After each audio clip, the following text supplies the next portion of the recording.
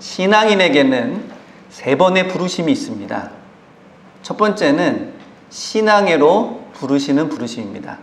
믿지 않던 자가 믿게 되고, 또 태어날 때부터 부모님이 교회를 다녀서 날 때부터 믿는 자들, 모태신앙인들도 사실은 그 부모님을 통해서 자녀를 부르신 것이죠. 때로는 친한 사람, 때로는 모르는 사람을 통해서 하나님은 저희를 부르십니다. 또 때로는 사람이 아니라 어떤 책을 통해서, 글을 통해서, 사건을 통해서 다양한 방법으로 하나님께서는 우리를 부르시는데, 이 부르심이 첫 번째 부르심이라고 할 수 있습니다. 두 번째는 사명예로의 부르심입니다.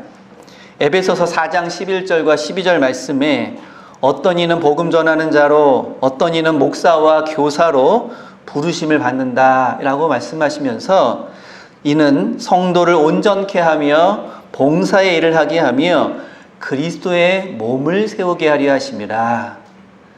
단순한 믿음을 갖게 되는 부르심이 아니라 이제는 그 다음 단계 사명예로 우리를 부르셔서 그리스도의 몸을 굳게 세워가시고, 또한 하나님의 일을 감당케 하셔서 그 일을 통해 성도들을 온전케 하는 그 부르심이 두 번째 부르심이라고 할 수 있습니다.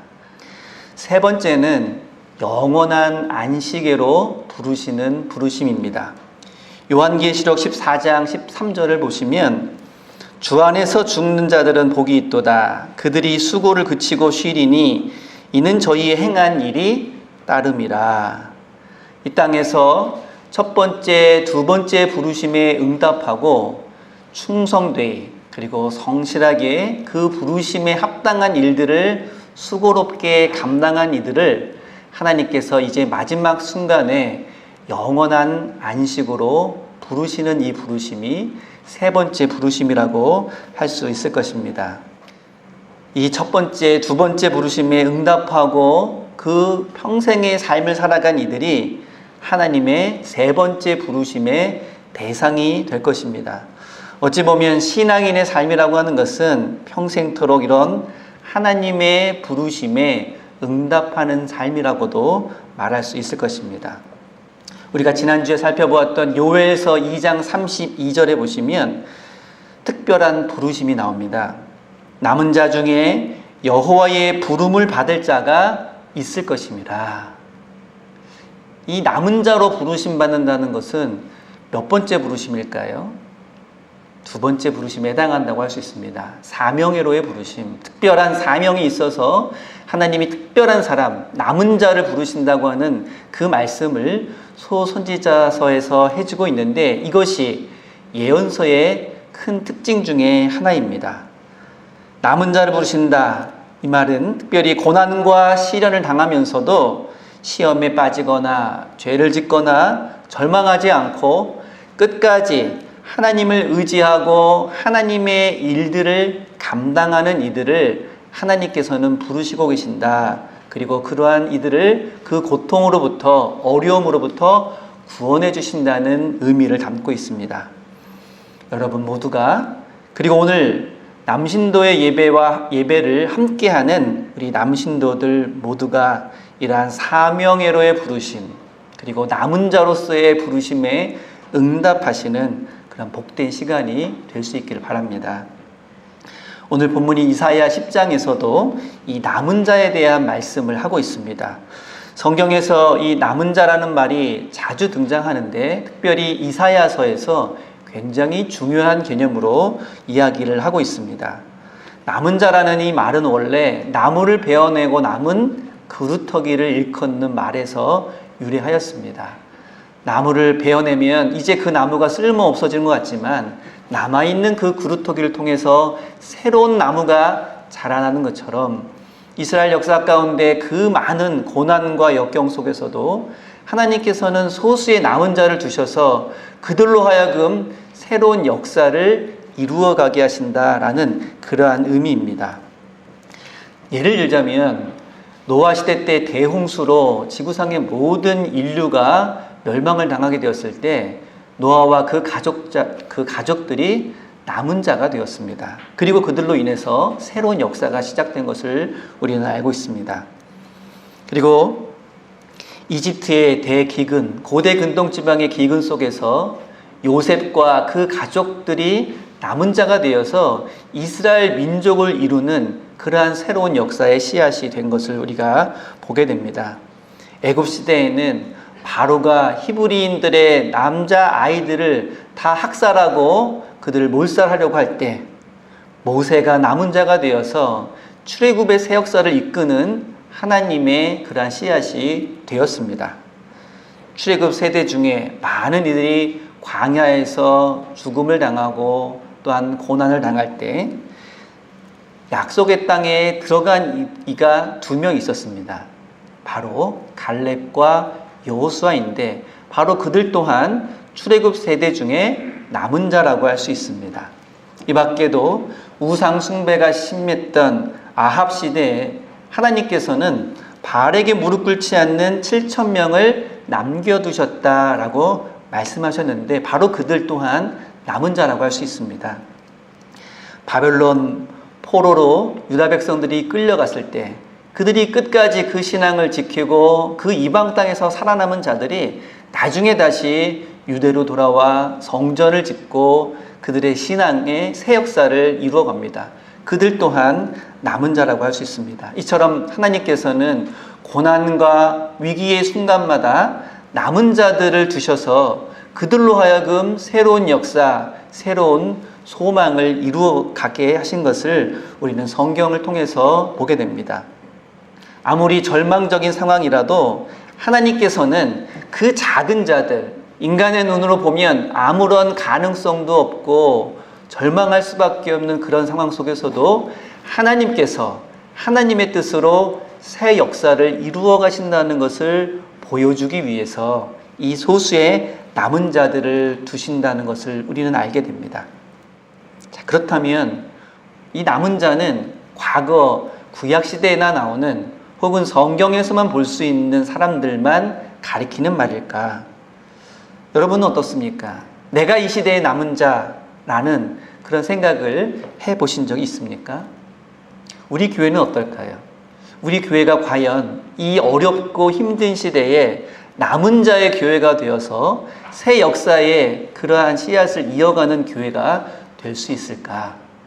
오늘날의 남은 자의 모습은 과연 어떤 모습일까? 특별히 우리와 거리가 먼 어떤 큰 일을 이루거나 어떤 이름 있는 직분에 오르는 그런 일 말고도 오늘날 하나님께서 이 시대에 남겨두신 남은 자의 모습은 어떤 모습이고 과연 우리는 그러한 모습을 바라보면서 신앙생활을 할 수 있을지 이것을 생각하는 것이 오늘 이사야 말씀과 요엘 말씀을 통해 우리가 깨달아야 될 말씀이라 믿습니다.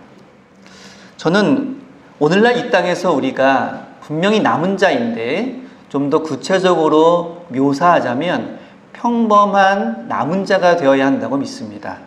우리에게 주어진 평범한 일상, 평범한 신앙생활을 통해서 우리 모두가 다 남은 자로 부르심을 받고 있다는 그런 말입니다.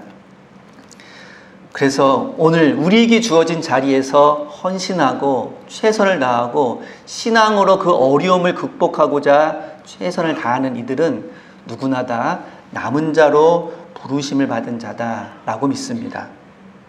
지금도 하나님께서는 오직 하나님만을 바라보고 하나님만을 의지하고 그리고 하나님의 부르심에 응답하는 평범한 남은 자들을 지금도 부르시는 줄로 믿습니다.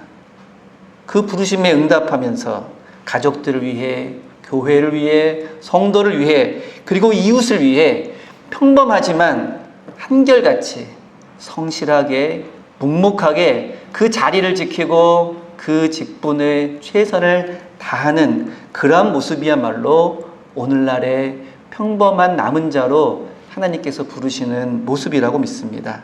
그리고 그러한 소명에 응답해서 보잘것없지만 묵묵히 성실히 그 일을 감당하시는 그러한 남은 자의 사명을 감당하는 이들을 통해서 오늘도 하나님께서는 성도들을 온전케 하시고 교회를 올바로 세워가시는 줄로 믿습니다.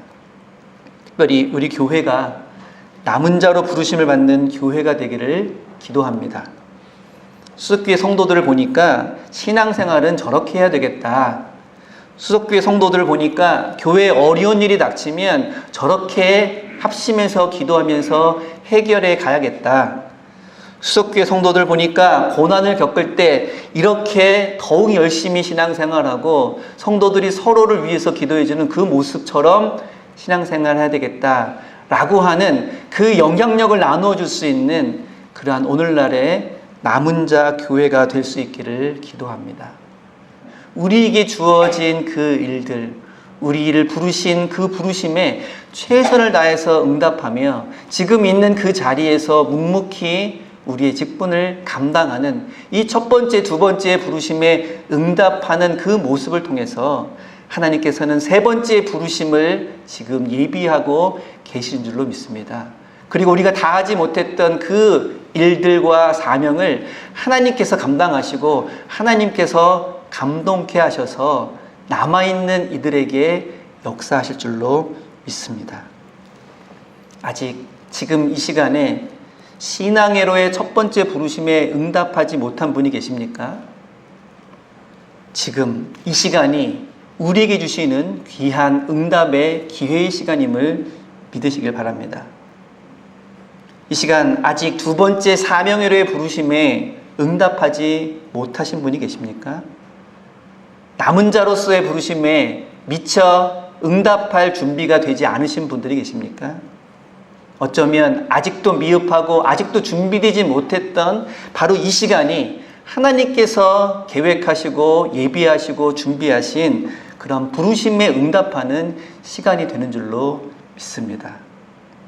남신도 주일 예배를 드리는 우리 남신도들 또한, 그리고 우리 모든 성도들 또한 지금 하나님께서 부르시는 남은 자로의 소명, 그리고 사명회로의 소명에 적극적으로 응답하며 함께하는 그런 저희 모두가 되실 수 있기를 기도합니다.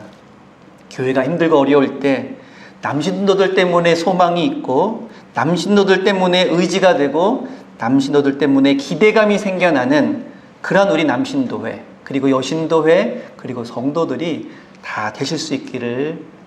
부족하지만 지금 우리가 무엇을 할 수 있을까?